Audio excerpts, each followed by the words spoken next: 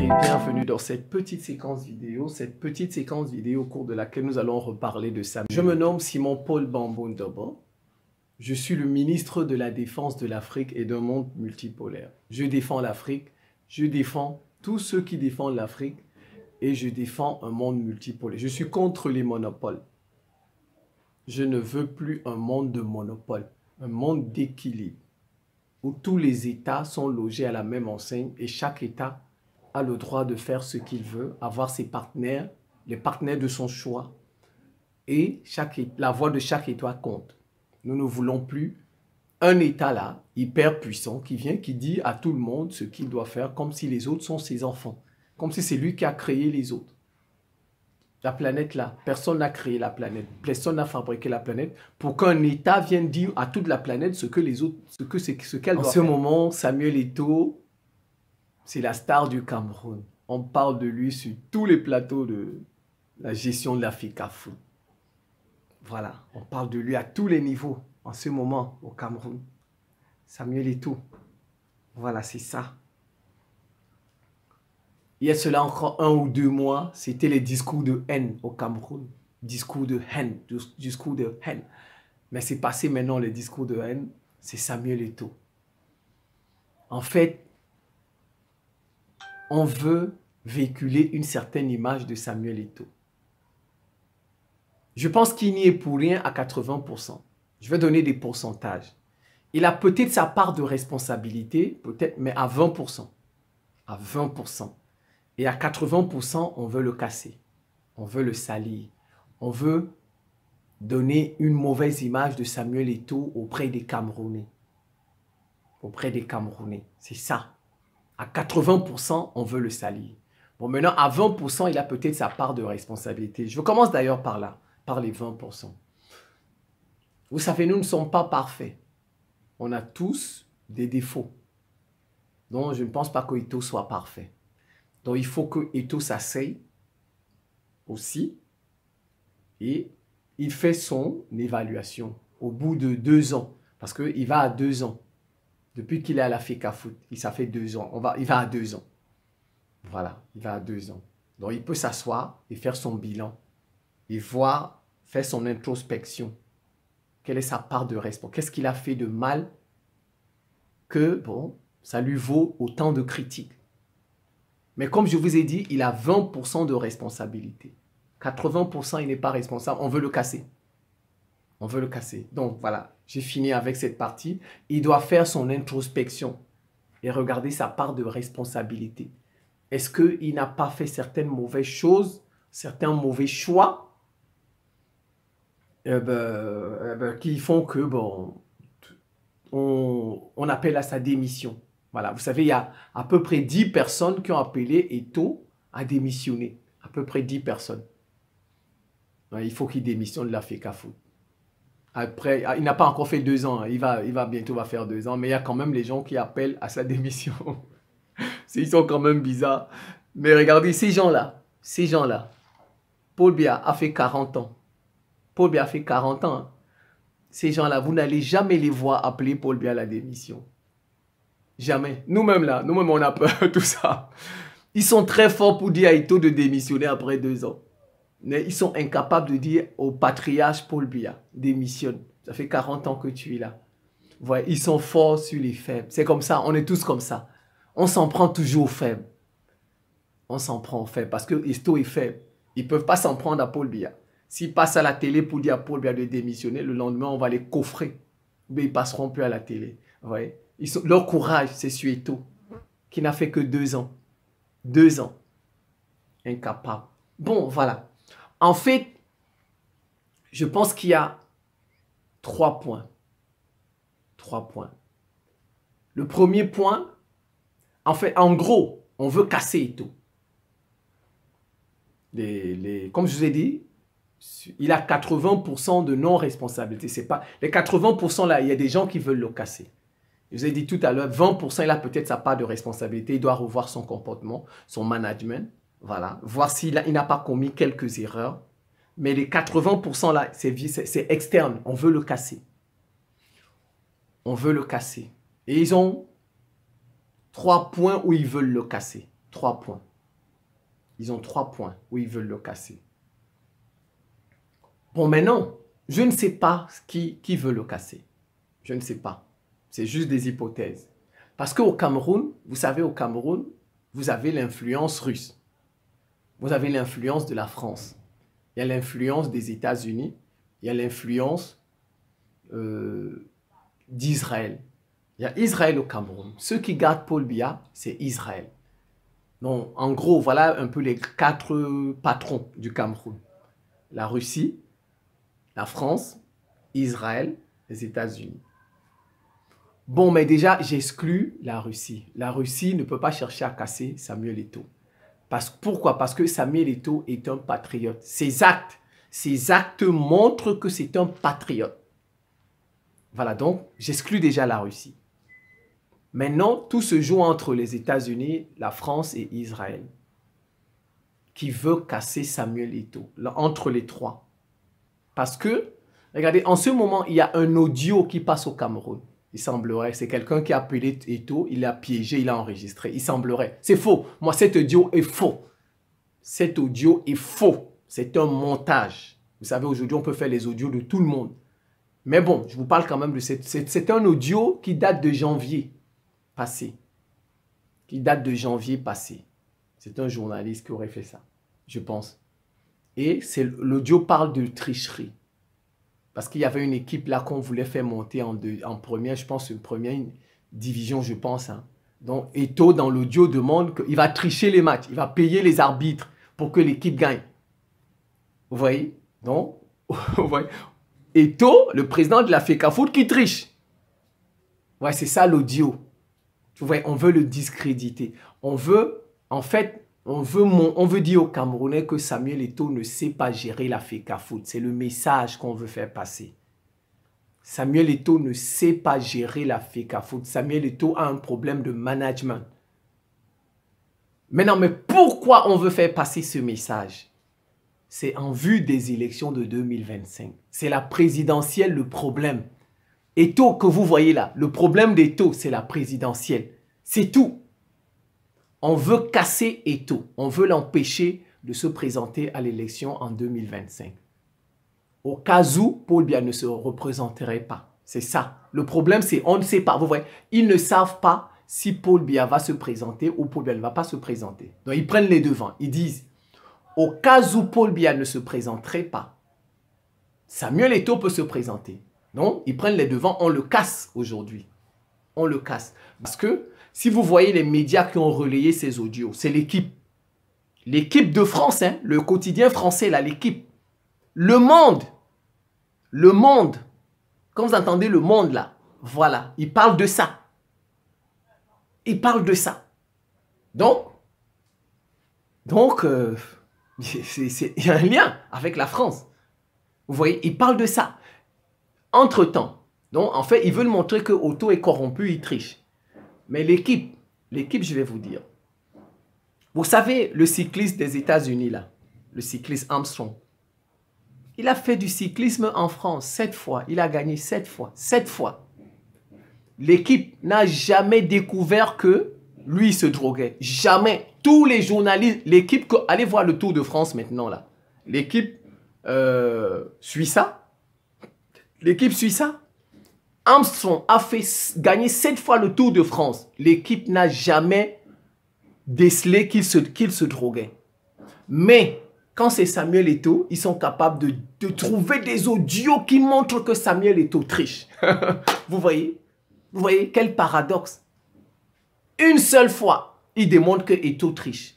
Mais quelqu'un qui a fait le Tour de France 7 fois, qui a gagné 7 fois, ils n'ont pas été capables de démontrer que c'est après qu'on est venu dire qu'il trichait. Vous voyez? Ils sont forts sur les faibles. Mais comme je dis, cet audio est faux pour ma part. C'est un audio montage pour salir Eto'o.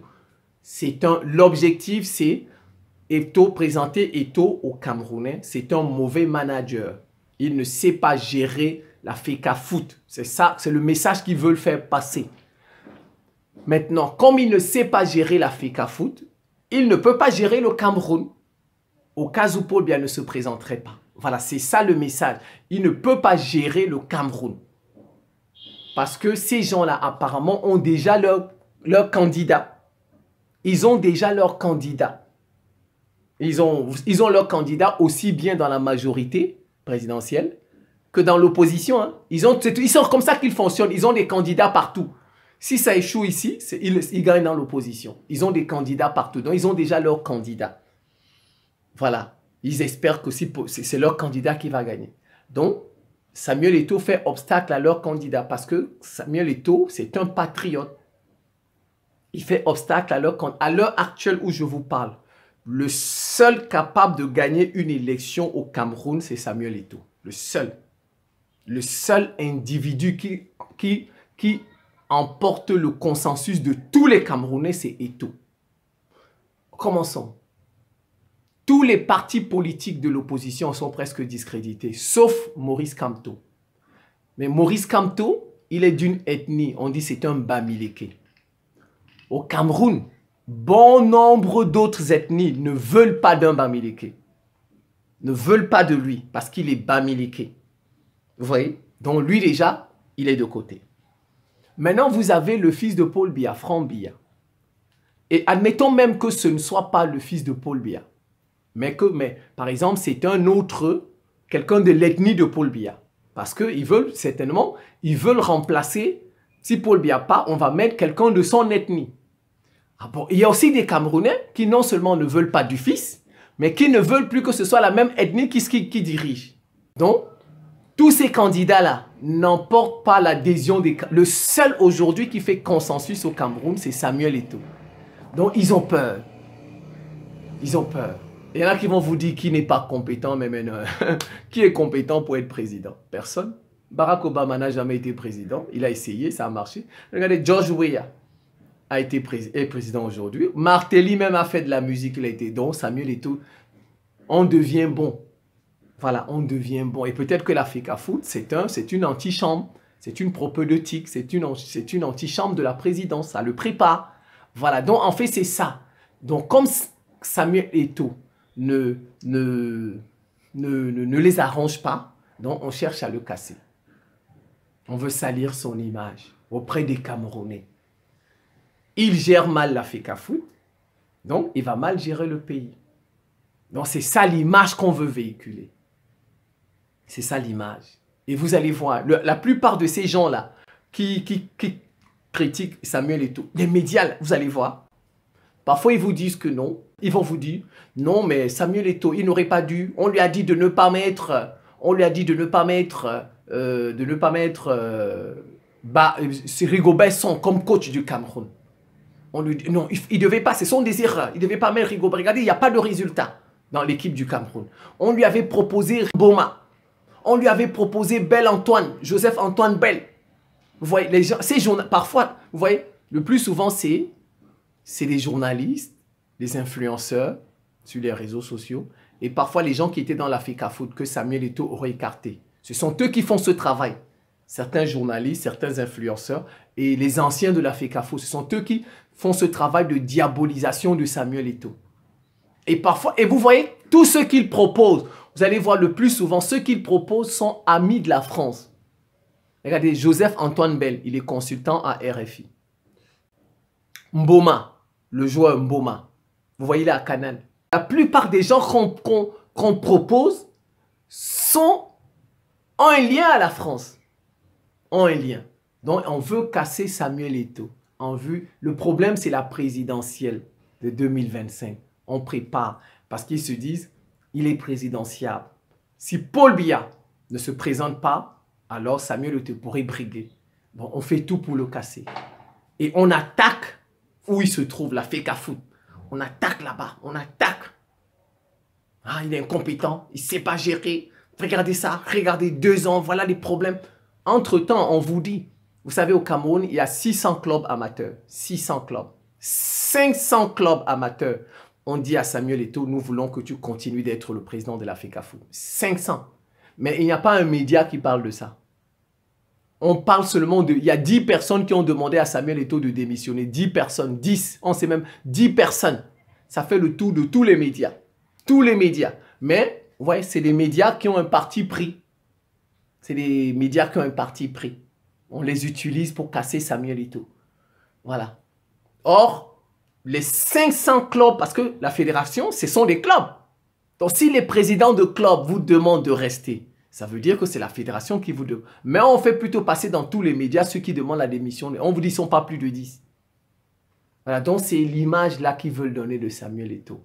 Samuel Eto'o est un incapable, il est incompétent. Il est incompétent, il n'a pas un bon manager. Et si vous voyez tous les influenceurs que vous voyez sur les réseaux sociaux, YouTube, etc., vous allez voir, ils vont toujours parler, Samuel Eto'o a un problème de management. Ils mettent toujours l'accent sur le management. Voilà, c'est ce qu'on leur a demandé de faire. Management, c'est ça. Ils ne parlent pas du problème de la... Vous voyez, moi, je ne vois pas les problèmes de manière isolée. Moi, c'est ça ma qualité. Je ne traite pas les problèmes de manière isolée. Les problèmes ne sont jamais isolés. Jamais. Il faut toujours voir les problèmes de manière globale. Une vue panoramique des problèmes. Un problème comme ça de la FECAFOOT n'est pas isolé. Il a des ramifications. C'est lié à la politique. C'est pourquoi vous voyez, moi, je pars toujours dans tous les sens. Moi, je ne vais pas dans une direction. Je ne peux pas rester là pour vous parler de la FECAFOOT du matin au soir. Parce que la FECAFOOT, c'est faux. On instrumentalise la FECAFOOT, on politise la FECAFOOT en vue de l'élection. Pour casser Samuel Eto'o par rapport à l'élection de 2025. Donc, il y en a qui vont vous dire, non, tu vas dans toutes les directions. Mais c'est parce qu'ils veulent vous focaliser sur la FECAFOOT. Vous voyez? Mais ce n'est pas ça le problème de Samuel Eto'o. Samuel Eto'o, ce n'est pas ça le problème. La FECAFOOT n'est pas le problème. Le problème, c'est la présidentielle. Regardez, ce qu'on vous montre là, dans les médias, ce qu'on vous montre toujours, ça c'est faux. C'est faux. Regardez. Vous voyez les journalistes à la télé, n'est-ce pas? Ce que vous voyez là, les journalistes à la télé, c'est quoi ça? C'est une image.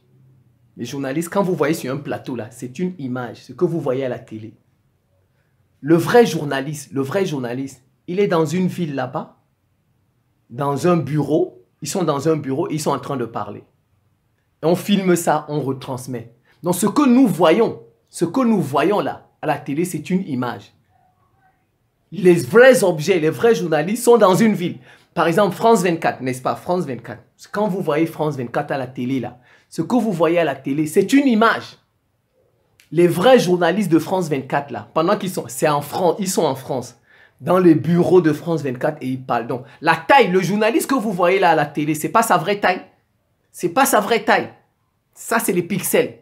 Donc, si vous allez voir, si vous le voyez maintenant, vous allez voir peut-être qu'il est très grand de taille dans la réalité. Donc, c'est ce qu'on nous présente toujours. Ce sont des images. Ce n'est pas les vrais objets. Donc, quand on vous parle de la FECAFOOT, on met la FECAFOOT en avant. Ce n'est pas la FECAFOOT le problème. Le vrai problème, c'est la présidence. Mais regarde, on ne vous dit jamais c'est quoi le vrai. C'est comme ça qu'on fonctionne dans le monde. Je vais vous dire. Si on vous explique pourquoi on fait la guerre dans un pays, si on vous donne la vraie raison de la guerre dans un pays, la guerre, on va l'arrêter tout de suite. La guerre, on va l'arrêter tout de suite. Tout de suite. Parce que les habitants là vont se dire, ah non, on se bat pour ça. C'est pas la peine. Maintenant, qu'est-ce qu'ils font? Ils vous mettent toujours les fausses raisons en avant. Et les fausses raisons sont très alléchantes. Voilà, toi, quand on n'est pas averti, on pense que c'est ça la vraie raison.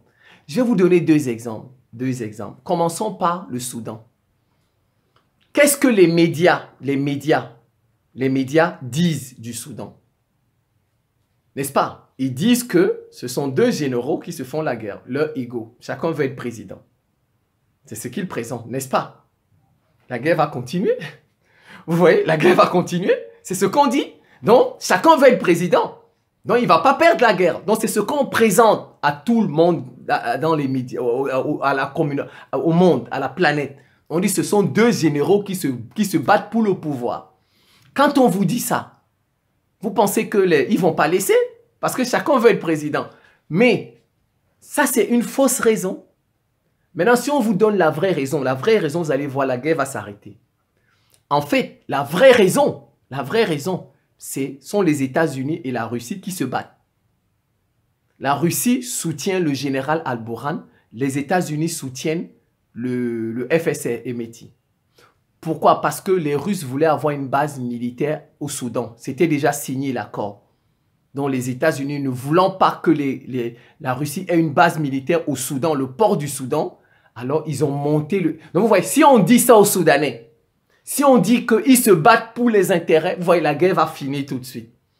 Si on dit ça aux Soudanais que voilà pourquoi on se bat dans votre pays. Vous voyez, les Soudanais, ah bon? Donc ils ne se battent même pas pour le pays parce qu'ils veulent devenir... Hein, ils se battent pour les États. Vous voyez, la guerre va finir. Donc on ne donne jamais la vraie raison d'une guerre sur un média. Jamais. Parce que si on donne la vraie raison, la guerre va finir. On donne toujours de fausses raisons. Je prends la guerre en Ukraine. La guerre en Ukraine, vous savez ce qu'on dit dans les médias, c'est que l'Ukraine voulait être libre, un pays démocratique, entrer dans l'Union européenne, entrer dans l'OTAN. La Russie est jalouse parce que l'Ukraine va devenir une démocratie, c'est à la porte de la Russie, ça va attirer les Russes vont chercher à devenir, c'est pourquoi donc vous voyez, donc c'est pourquoi Poutine a attaqué l'Ukraine. Donc les Ukrainiens se battent pour leur liberté parce qu'ils veulent être un pays libre, ils veulent adhérer, ils veulent être une démocratie, Vous voyez, quand on dit ça aux Ukrainiens, vous voyez, ils vont continuer à se battre. Ils vont continuer à se battre. Ils vont dire non, la Russie ne peut pas choisir pour nous. Nous, on a le droit de choisir avec qui on veut, n'est-ce pas? Mais au fond, ce n'est pas ça la vraie raison. La vraie raison, c'est l'OTAN qui est arrivé en Ukraine. C'est l'OTAN qui est arrivé en Ukraine. L'OTAN veut endiguer la Russie. L'OTAN veut combattre la Russie, veut contenir la Russie. Donc l'OTAN utilise le sol ukrainien. La preuve, qui fait la guerre? C'est l'OTAN qui donne les armes. C'est l'OTAN qui donne les armes. Donc c'est l'OTAN qui fait la guerre contre la Russie, n'est-ce pas? Ça, c'est la vraie raison. Mais si on dit ça aux Ukrainiens, que vous mourrez pour l'OTAN, les Ukrainiens vont arrêter la guerre tout de suite. Ça, c'est comme ça. Donc quand on vous parle de la FECAFOOT, là, c'est de la poudre aux yeux. C'est de la poudre. On vous met en avant la FECAFOOT, l'incompétente. Mais en fait, le vrai problème, c'est la présidentielle. On ne veut pas que Samuel Eto'o devienne... On veut le casser. Voilà. Mais on va le retrouver dans son travail, le casser là-bas. Maintenant, la deuxième option, s'ils ne réussissent pas à montrer aux Camerounais que Samuel Eto'o est incompétent, ils vont assassiner quelqu'un. Ils vont assassiner quelqu'un, peut-être un journaliste, qui critique Samuel Eto'o à longueur de journée. Ils vont l'assassiner, ce journaliste. Et on va faire porter le chapeau à Samuel Eto'o. Voilà, c'est ce qui pourrait arriver. S'ils n'arrivent pas à salir l'image de Samuel Eto'o, ils vont sacrifier l'un des leurs. Ils vont sacrifier l'un des leurs pour faire porter le chapeau à Samuel Eto'o. Comme vous avez vu au Congo, on a sacrifié un député pour faire porter le chapeau à Tshisekedi. Comme vous avez vu Martinez Zogo, on a tué Martinez Zogo pour faire porter le chapeau à Amougou Belinga.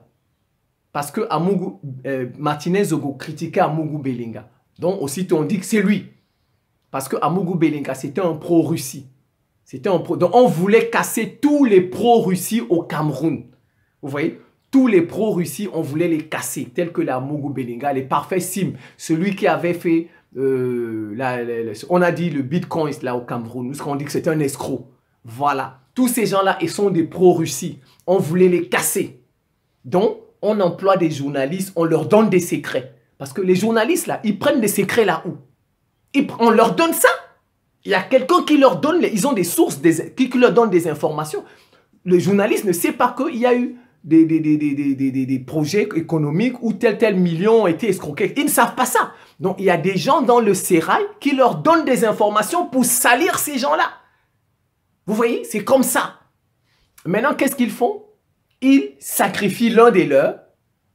Et comme il a donné tant d'informations, tout de suite, on s'adresse à celui-là, on dit c'est celui-là qui l'a tué.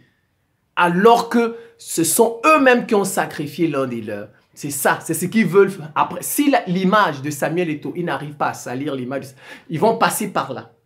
Ils vont passer par là. On va sacrifier un journaliste qui critique Samuel Eto'o à longueur de journée, qui donne des audios, qui dit voilà ce que c'est. Pour faire porter le chapeau à Samuel Eto'o, et c'est comme ça qu'on va le casser.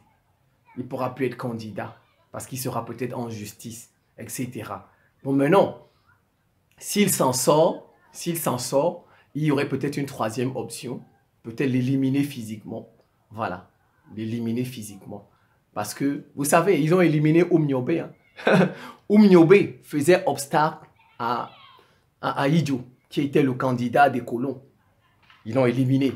Donc voilà, si Eto'o, si jamais Paul Biya ne se présente pas en 2025, et Eto'o se présente, et comme Eto'o c'est un patriote, vous savez, au Cameroun, ils tuent. Ces gens-là, ils tuent.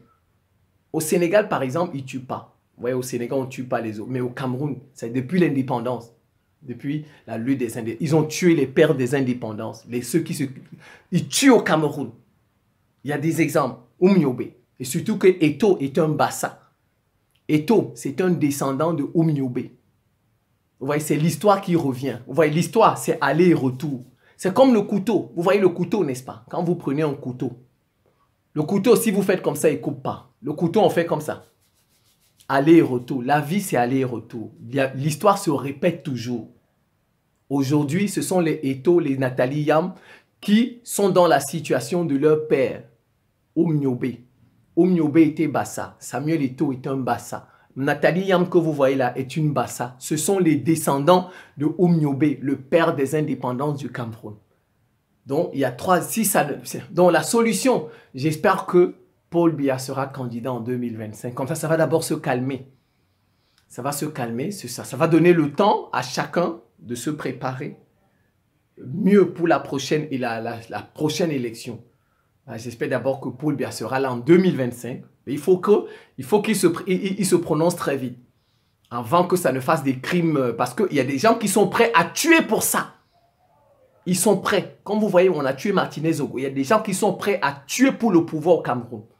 On va vers ça. La succession de Paul Biya, on va tuer des gens.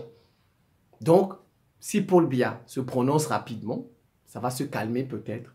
Les gens vont se dire, ah ben le boss a parlé, il sera candidat. Personne ne peut le battre. Personne. Donc, ça va se calmer. Et comme ça donne un peu du temps aux patriotes du Cameroun de se repréparer pour la prochaine élection. Peut-être que d'ici là, le contexte international va changer. Le contexte international va changer. La Russie sera un peu plus forte encore. La Chine sera plus forte. Et des gens pourraient avoir des soutiens. Voilà. Donc, c'est un peu ça. Donc, vous voyez, à 80%, on veut casser Samuel Eto'o. À 20%, il a sa part de responsabilité. Il doit se remettre en question dans la gestion de la FECAFOOT. Voir peut-être où il a péché. S'il n'a pas sa part de responsabilité, échanger et rectifier le tir.